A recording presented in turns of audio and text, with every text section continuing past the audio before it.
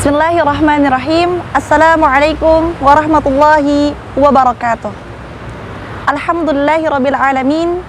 Rabbi shrah li sadri wa yassir li amri wahlul 'uqdatam bil lisani yafqahu qawli. Asyhadu an la ilaha illallah wa asyhadu anna Muhammadan abduhu wa rasuluh. La nabiyya wa la rasula ba'dah.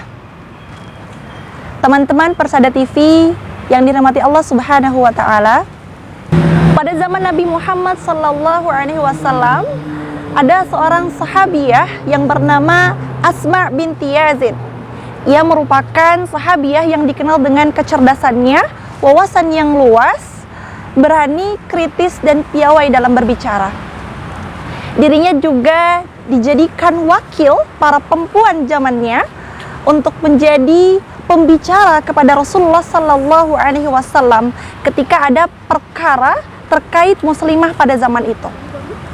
Sehingga ada riwayat yang menceritakan bahwasanya Asma mendatangi majelis Rasulullah sallallahu alaihi wasallam dan bertanya kepada Rasul, "Ya Rasulullah, kenapa para wanita tidak bisa mendapatkan pahala yang setara seperti kaum laki-laki? Laki-laki bisa pergi sholat Jumat bersamamu ya Rasul, bisa mengaji bersama engkau ya Rasul, bisa pergi berperang bersamamu ya Rasul. Sedangkan kami kaum wanita berdiam diri di rumah saja."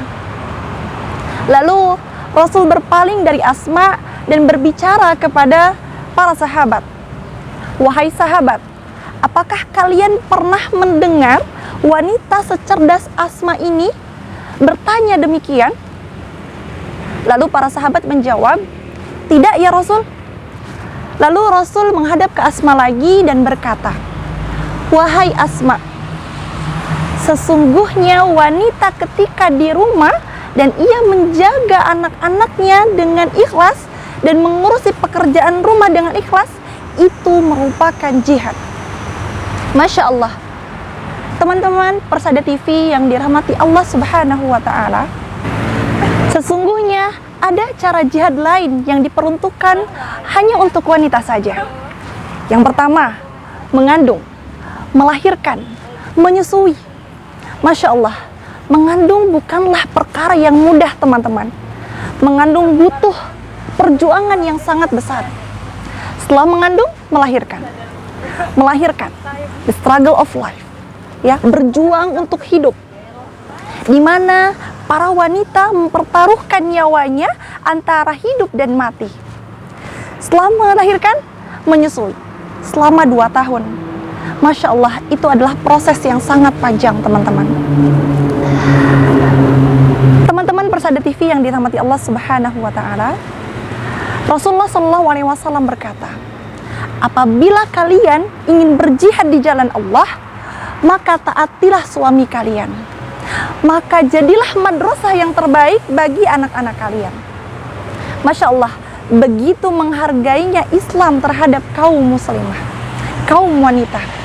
Teman-teman yang dirahmati Allah Subhanahu wa taala, ada 4 syarat yang menjadikan wanita menjadi ahli surga. Yang pertama, tidak pernah meninggalkan sholat 5 waktu. Jadi full, tidak pernah ketinggalan. Apalagi dibarengi dengan sholat-sholat sunnah lainnya, seperti sholat tahajud, duha, rawatibnya tidak pernah ketinggalan. Saya yakin jika demikian, bukan hanya masuk surga, tapi mencium bau surga di dunia saja sudah bisa. Masya Allah. Yang kedua adalah wanita yang senantiasa berpuasa di bulan Ramadan. Masya Allah, di bulan Ramadan ini teman-teman adalah momen di mana kita menanam kebaikan. Di bulan Ramadan, kita sebagai wanita muslimah, apalagi yang sudah menikah, ini bisa banyak melayani suami kita. Entah itu menyiapkan buka puasanya, sahurnya, dan lain sebagainya. Dan bagi kita yang belum menikah, masih ada keluarga kita yang harus kita taati, yang harus kita berbuat baik kepada mereka. Yang ketiga adalah wanita yang senantiasa menjaga kesuciannya. Sebagaimana yang diriwayatkan sebagaimana yang difirmankan oleh Allah Subhanahu wa taala dalam surat An-Nisa ayat 34 yang berbunyi, A'udzu billahi minasy syaithanir rajim. Fas-salihatu qanitatun hafizatun lil ghaibi bima hafizallah. Wanita yang salih ialah wanita yang taat kepada Allah Subhanahu wa taala dan menjaga diri ketika suaminya tidak ada. Jadi artinya sami'na wa ata'na. Apa yang diperintahkan Allah Subhanahu wa taala ia tunaikan, dan apa yang dilarang oleh Allah Subhanahu wa taala ia tinggalkan.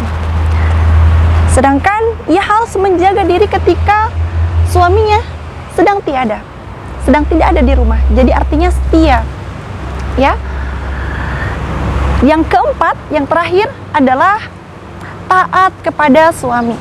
Nah, jadi teman-teman, selagi suami kita memerintahkan kepada kita kepada kebaikan dan yang diridhai Allah Subhanahu wa taala, maka taatilah.